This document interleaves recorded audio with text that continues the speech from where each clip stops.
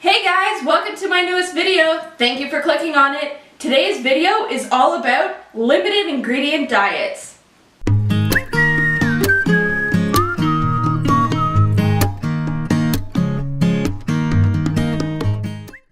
A lot of you guys have special needs animals, and in the store specifically, I have a lot of you coming in asking about foods that are safe for allergies.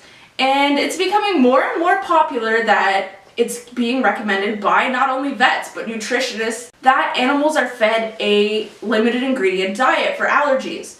Now, what does that mean? Technically, any food can claim that they're a limited ingredient diet, but what do I as a nutritionist count as a limited ingredient diet?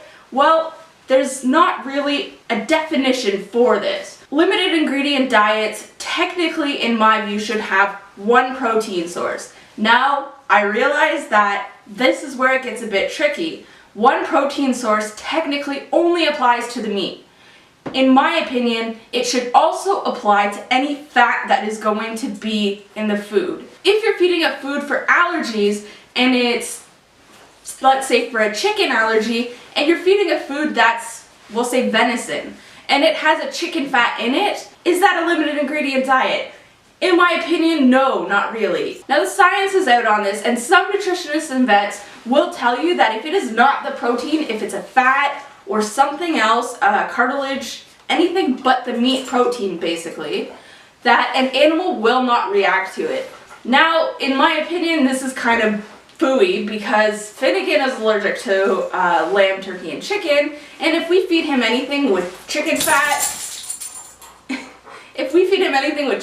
or lamb fat in it, he reacts. So, in my opinion, a limited ingredient diet should stick to one protein source for everything that is meat related in the food. Now, does the limited ingredient diet have to be potato free or grain free? In my opinion, no, not necessarily. I see a lot of animals that don't have grain allergies that do perfectly well on a food that has a grain source.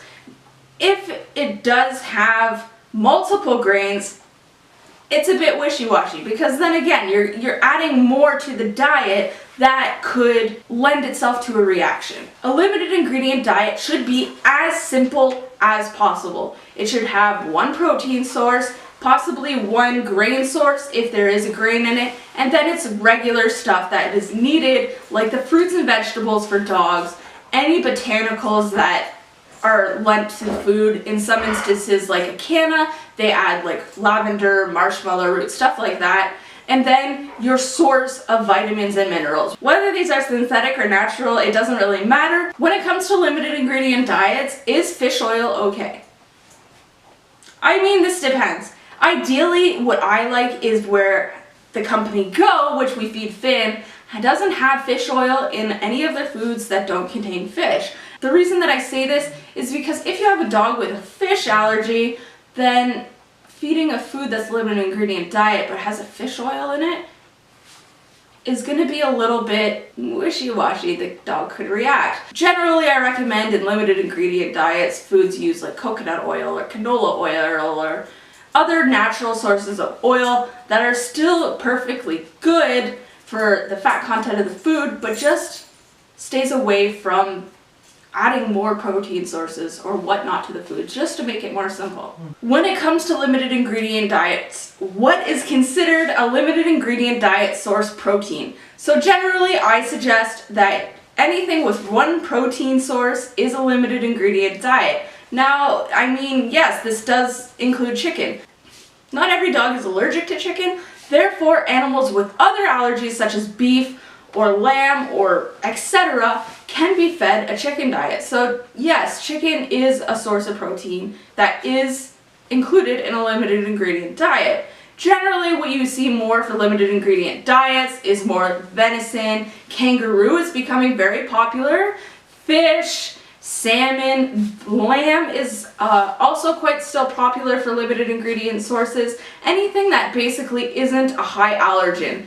And this is a bit controversial because lamb is becoming more and more popular in allergies, and beef is becoming less popular. To make matters short, really any single ingredient protein source can be a limited ingredient diet. When it comes to brands that I recommend for limited ingredient, Acana has a very good singles line that is considered a limited ingredient diet.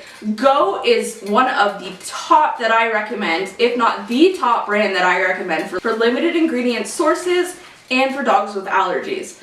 Natural Balance is another one that frequently gets suggested as limited ingredient, but almost any food can be limited ingredient, whether it states that it is or not. All you have to do is take the knowledge that I have given you and apply it, and just look at your ingredients list and make the call. I hope this clears up anything when it comes to limited ingredient diets for you guys. And my question today is, if your dog has allergies, what are they? That's everything, guys. Keep on hopping.